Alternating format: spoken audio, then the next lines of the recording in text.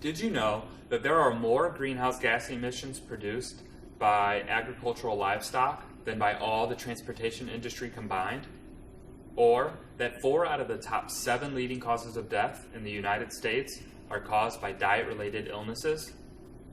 My name is Brett, and I'm here to show you why it is very important that you consider switching to a whole food, plant-based diet than to continue to eat an animal-based diet.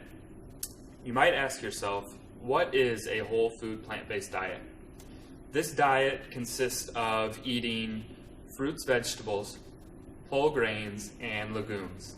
It excludes eating meat, dairy, eggs, and highly refined foods such as bleached flour, sugar, and oil. I have a very personal connection to this diet because a few years ago I converted to a whole food, plant-based diet.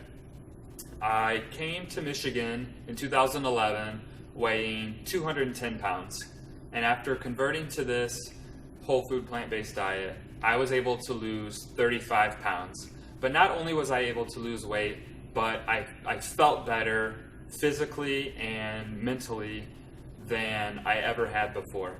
I felt I was getting a lot more nutrients, I was getting a lot more sleep, I was able to recover from workouts that I was doing a lot quicker, and I just overall felt a lot better. There are 2 main reasons though why I want you to at least consider switching to a plant-based diet.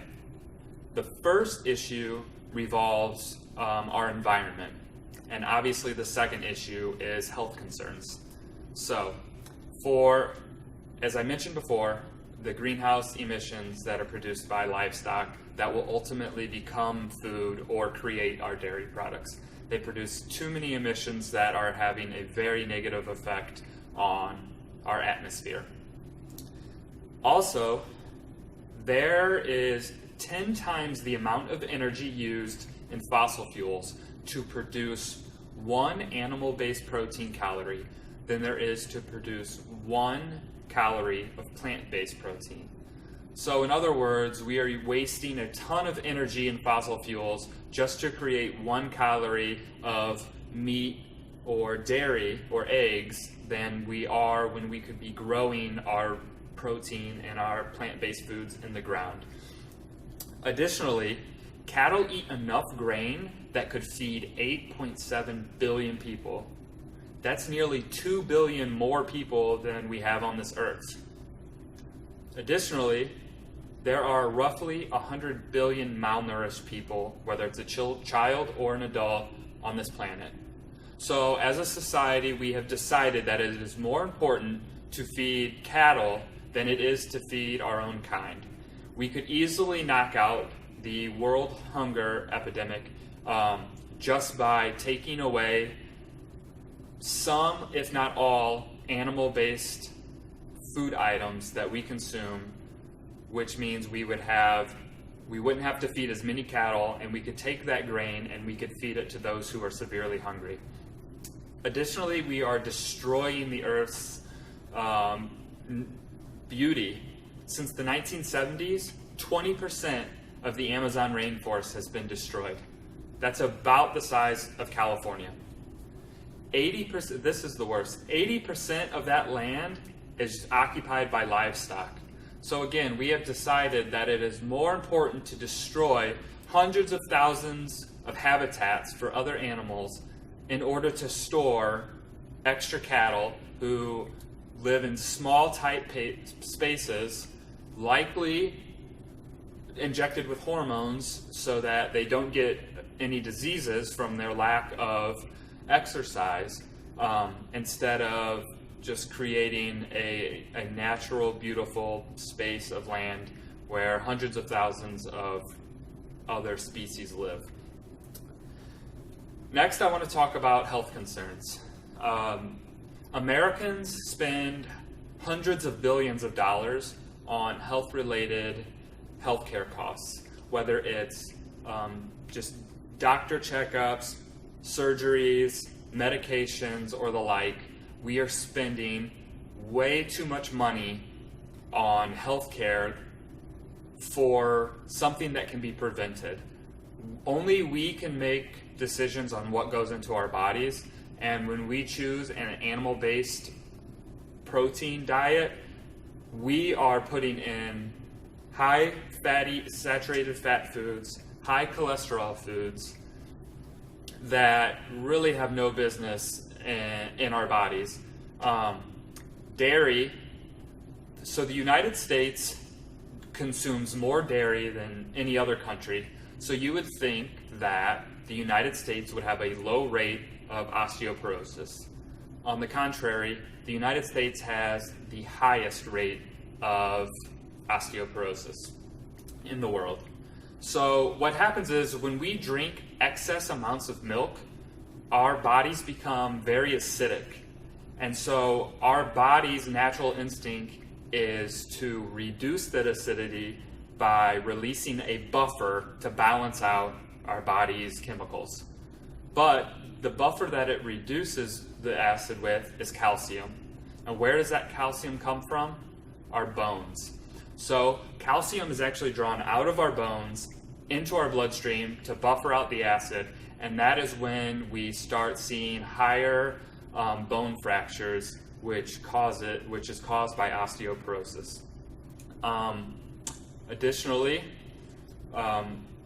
those 4 out of the 7 leading causes of death that I mentioned earlier are coronary heart disease, cancer, stroke, and type 2 diabetes. All of those are preventable diseases just by altering your diet.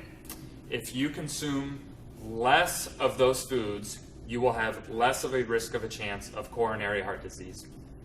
Coronary heart disease is when you have an excess of cholesterol built up in your arteries in your heart. Those arteries, when they're filled with cholesterol, have a very hard time pumping blood through the heart, which ultimately goes throughout your whole body. You can spend $100,000 on open heart surgery, where they remove a vein from your leg and they put it in your heart to bypass the blockage from the cholesterol. Or you can pay a few extra dollars on your grocery bill each week on organic, healthy foods, and you could completely save a lot of money in the future just by switching your diet. We all have our own biases. I ate meat and dairy my entire life. I loved it. I never had anything wrong with it until I saw this documentary. And at first I was skeptical, but we have to challenge our own biases when there is a significant amount of information that goes against what our personal beliefs are. So I encourage you at some point in the near future to reflect on your diet and the things that you put into your body and the types of things you might want to happen to you in the future. For instance, if you continue to eat a large amount of dairy and a large amount of meat, you could end up having a greater risk of cancer, of a stroke, of diabetes, and coronary heart disease. So by switching to a whole food plant-based diet, you are eliminating all of those options. Meat, whenever I was on this diet, a lot of people would ask me, where do you get your protein? How do you have enough protein to function? Well, protein is found in almost all foods. Fruits, vegetables, whole grains such as quinoa, they all have protein in them. But the general statement is that you can only get your protein from meat, and that's just certainly not true. So I would eat a lot of beans and whole grains, and that is where I would get my protein from. Also, they would ask where I get my calcium from. When you eat fruits and vegetables and whole grains and legumes, you're getting a variety of nutrients. You're getting fiber, you're getting antioxidants, you're getting vitamins, you're getting minerals, and you are getting protein. When you're only eating meat, you're just getting that protein. You're not getting fiber and antioxidants from meat and dairy. but you are getting those from a plant-based diet. I hope that you learned something today, and I hope that you can seriously consider switching to a whole food plant-based diet. And I want to thank you for watching. Take care.